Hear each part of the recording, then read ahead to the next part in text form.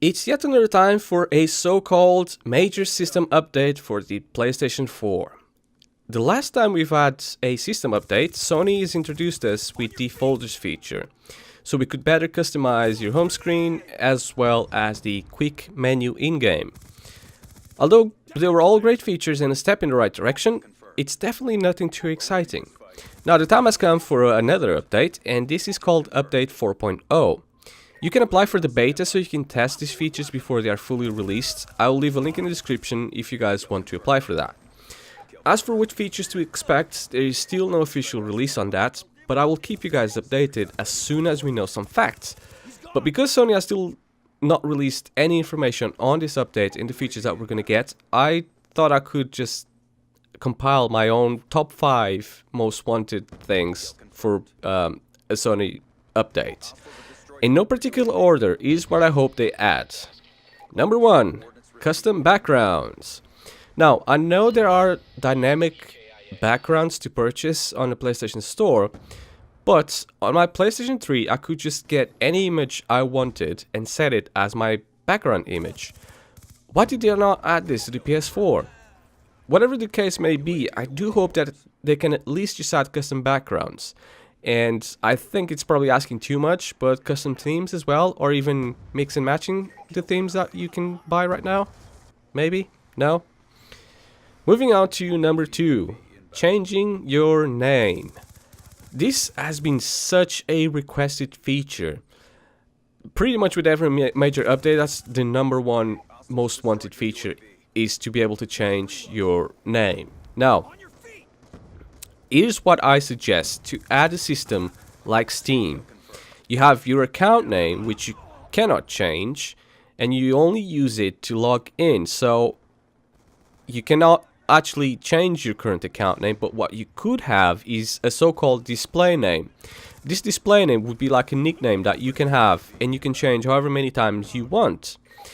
Again, on Steam, it even shows you what previous names the person has had. And it's completely different from your account login. That would be great to have on the PS4, and it would be that you wouldn't still be able to change your username, but you would be able to add nicknames pretty much, basically. So, and that would also help protect your account, because right now your account name is pretty much the same as your display name, and that can not cause issues, but it kind of puts you more vulnerable to hacks and exploits and whatever. Number 3, external hard drive support. So, on the PS4, 500 gigs is really not much space at all. This is something I've learned the hard way. I have roughly, right now, 8 games installed, and most of them are 30 gigabytes or over. So I have to keep deleting some games to be able to play new games. It's really inconvenient, and in 2017, hard drive space shouldn't even be an issue. Now, I could go and buy a bigger hard drive and change it myself, which is not really even that hard to do, but it would be a lot simpler and more convenient to just go and buy an external hard drive and just be able to plug it into my PS4 USB and store my games in there. Now, I know it wouldn't be as fast as the internal hard drive, but I would rather have more space and be a little bit slower on loading times than to have a much shorter space with faster loading times. Coming up at number 4, it is more Touchbar support. Now, every PlayStation 4 controller comes with a touchpad, basically, which I thought was actually great. I mean, for web browsing and typing, it's a great feature to have. So you could use your PS4 more like a living room computer, where you could just browse the web, from the comfort of your own seat without having to buy anything else extra. Well, there's only one problem with that. I think this is one of them features that Sony just adds on and thinks about it later, but that later almost never comes because the browser doesn't actually support your touchpad. You have to use your sticks to be able to browse the internet. You only use the touchpad to type, and it's still not, the typing with the touchpad is not really that great. You can't use it on a PS4 menu either, so it's extremely limited and at this point in time almost useless. Very little games support it, and it's not really used at all. I really hope that they've improved or add more support for the touchpad, at least in menus and in browsing.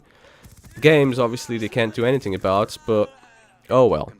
Coming up at number 5, last but not least, is better Bluetooth support. This is another one that I found out the hard way. So, for Bluetooth headsets, for example, there's only a handful of supported headsets that work with the PS4.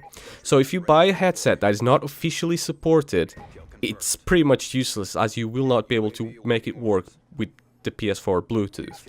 So I haven't only bought a Sony headset to use on my PlayStation 4 that I could use with my PlayStation 3, but my PlayStation 4 wouldn't work with it.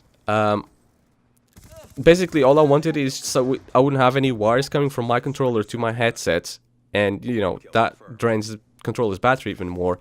And I just want to go with wireless with everything, and to my surprise, it just wouldn't work.